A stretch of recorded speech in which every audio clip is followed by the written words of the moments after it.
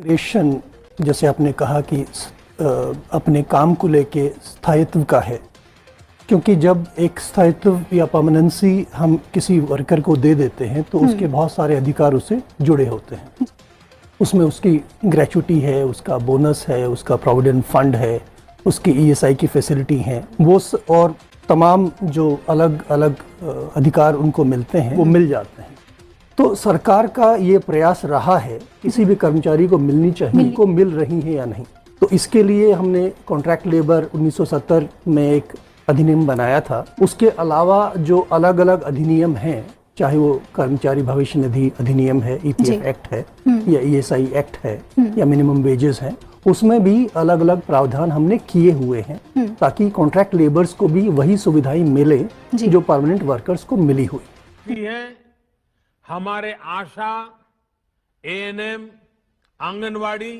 तो नमस्कार दोस्तों, आंगनबाड़ी सेविका, सहायिका, आशा कर्मी, जीविका, एएनएम, रसोईया को लेकर हमारे सूत्रों ने केंद्रीय कैबिनेट सचिवालय डिपार्टमेंट से संपर्क कर जो है कि आंगनबाड़ी सेविका, सहायिका, आशा कर्मी, जीविका, एएनएम, रसोईया आदि के वेतन वृद्धि में हो रही प्रगति का जायजा लिया है और उनके द्वारा जो है कि बताया गया है, उन्होंने जो है कि हमें प्रेस नोट तैयार कर प्रसारित करने हेतु दिया गया है और जो बात कहे गए हैं उन बातों को जो है कि हम आपको बताने जा रहे हैं। तो जो है कि राष्ट्रपति महोदया के द्वारा कहे गए बातों को केंद्र सरकार कैसे टाल सकती है, क्योंकि केंद्र सरकार जो है महामहिम की बातों को नहीं काट सकते। और जैसे ही महामहिम ने कल की खबर में जो कुछ भी उन्होंने संसद में कहा, उसके बाद जो है कि केंद्र सरकार एकदम सक्रिय हो गई है। और क्योंकि केंद्र सरकार जो है कि कहीं ना कहीं सुप्रीम कोर्ट का भी आदेश लगातार उन पर जो है कि प्रभावित हो रहा है, जिसके बाद आप तमाम करके महिला कर्मचारियों को बता दें कि स्पष्ट रूप से लिखा हुआ है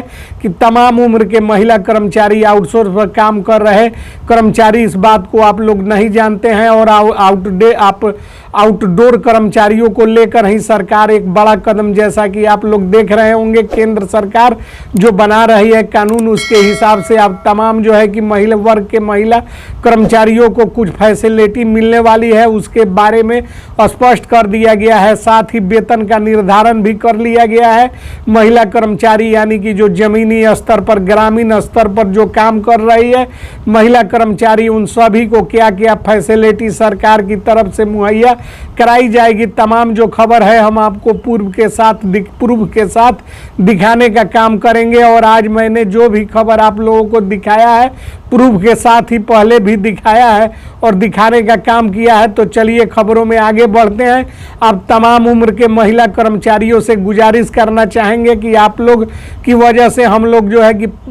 लाइक और सब्सक्राइब करने की वजह से पॉजिटिव मोटिवेशन मिलता है, क्योंकि हम लोग जो है कि जो टीम के नेटवर्क के लोग हैं वह अभी भी जो है कि आप लोगों के लिए खबर एकत्रित करने का काम कर रहे हैं, तो तमाम दौरा कर रहे हैं। तो इसके संरक्षण में आप लोग बस इतना करना कि खबर जो है कि लाइक कर दीजिए, चैनल को पहली बार विजिट किए हैं तो चैनल को सब्सक्राइब कर लीजिए। केंद्र सरकार ने देश भर में जो है कि महिला कर्मचारी यानी जो है कि आप लोगों की संख्या बहुत ज़्यादा है, जिसको लेकर यहाँ स्पष्ट कर दिया है केंद्र सरकार ने देश भर के करोड़ों महिला कर्मचारियों की सेवा सुरक्षा एवं न्यूनतम वेतन, वार्षिक वेतन वृद्धि के लिए श्रम अधिनियम में संशोधन का निर्णय लिया है। आप लोगों को इसके तहत जो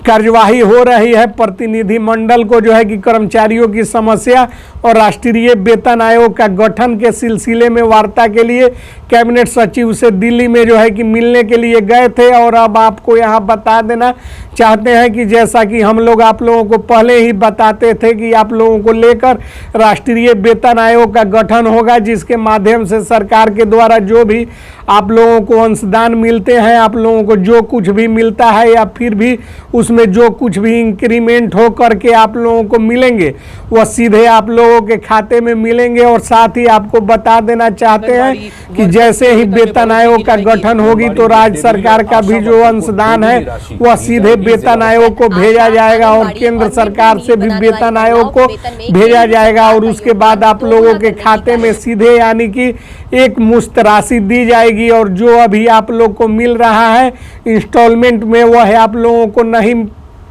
मिलने की स्थिति में सीधे आप लोगों को एक मुश्त मिलना शुरू हो जाएगा, जिससे आप लोगों के रोजमर्रा की जो जिंदगी है उसमें आप लोगों को जो है कि काफ़ी सहायता मिल सकेगा। और सरकार आप लोगों को लेकर स्पष्ट तरीके से यहाँ पर कह रही है। साथ ही आप लोगों को बता देना चाहते हैं कि सबसे पहले आप लोगों को जो कुछ फैसिलिटी मिलने वाली है उसके बारे में बता देते हैं। इसके बाद आप लोगों को आगे खबर में केंद्र सरकार जो प्रधान सचिव ने क्या कुछ कहा है उसके बारे में आप लोगों को जानकारी प्रूफ के साथ देने वाले हैं और वह क्या कुछ कह रहे हैं। सबसे पहले आप लोगों को बता दें कि यहाँ स्पष्ट रूप से आप लोग देख रहे होंगे कि अनुकंपा नियुक्ति के लिए जो एनपीएस चिकित्सा सुविधा और आप लोगों को सरकारी कर्मचारी के समान ही मिलने वाली है। जैसा कि आप लोग देख रहे हैं खबर के माध्यम से आप लोगों को यानी अनुकंपा नियुक्ति एनपीएस चिकित्सा सुविधा आप लोगों को दी जाएगी, जिसके माध्यम से यहाँ स्पष्ट किया गया है कि देखिए नियमित कर्मचारियों की तरह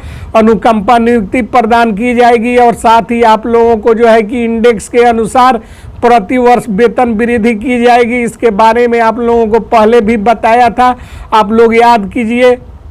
जिसके बारे में आप लोगों को बहुत पहले से बताते आ रहा हूँ कि जो है कि तमाम वर्ग के महिला कर्मचारियों को बजट इंडेक्स के माध्यम से तमाम उम्र के महिला कर्मचारियों को प्रति वर्ष इंक्रीमेंट करके वेतन दी जाएगी। साथ ही अब तमाम उम्र के महिला कर्मचारियों को बता दें कि ग्रेजुएटी का लाभ भी आप लोगों को दिया जाएगा, जो कि 1975-72 अधिनियम जो है कि यह सुप्रीम कोर्ट का ही आदेश है, उसको लेकर तमाम खबरों में जो है कि प्रिंट किया गया है। साथ ही सरकार ने इस बात को लेकर कहा है कि पब्लिक प्रोसिक्यूटर ने भी इस बात को लेकर स्पष्टीकरण दिया है और यह महिला कर्मचारियों के लिए है, जो कि एक पॉइंट कह सकते हैं। और आप यहाँ पर जो है कि स्पष्टीकरण दे कि नियमित कर्मचारियों के समान आप लोगों को मेट्रेट एवं पैतृक